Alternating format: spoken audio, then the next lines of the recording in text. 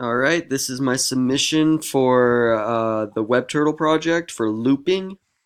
And so, just to start it off, we're going to just start a new drawing. And what I'm going to be drawing today is a hexagon with the turtle in it, looping. So first step is to put the command repeat 6. So let me say we'll have 6 sides, so you get 6 lines in there. And then we're going to do sizing of the hexagon, so draw 50. I feel like that will be a good size. And then for angles, you draw right, and 60 should be good.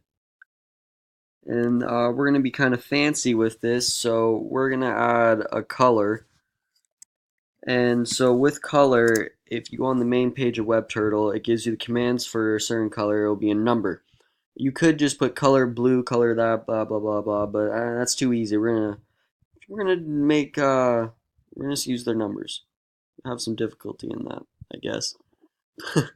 So my favorite color is blue, and when I went onto the WebTurtle command, it showed that blue was number 7. So we put 7 in there, and then ended off with next, so loop.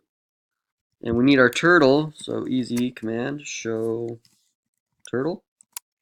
And we ended off with end.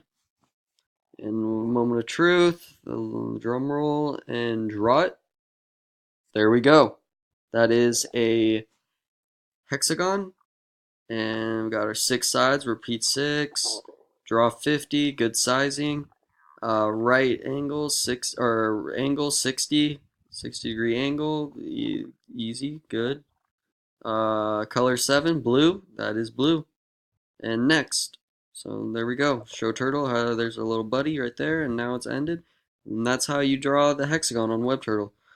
And I could add other things like for thickness of this or other stuff like that, but I'm just gonna keep it easy and show you this hexagon. And that is my looping project. Thank you for watching. I'll have my branching one next.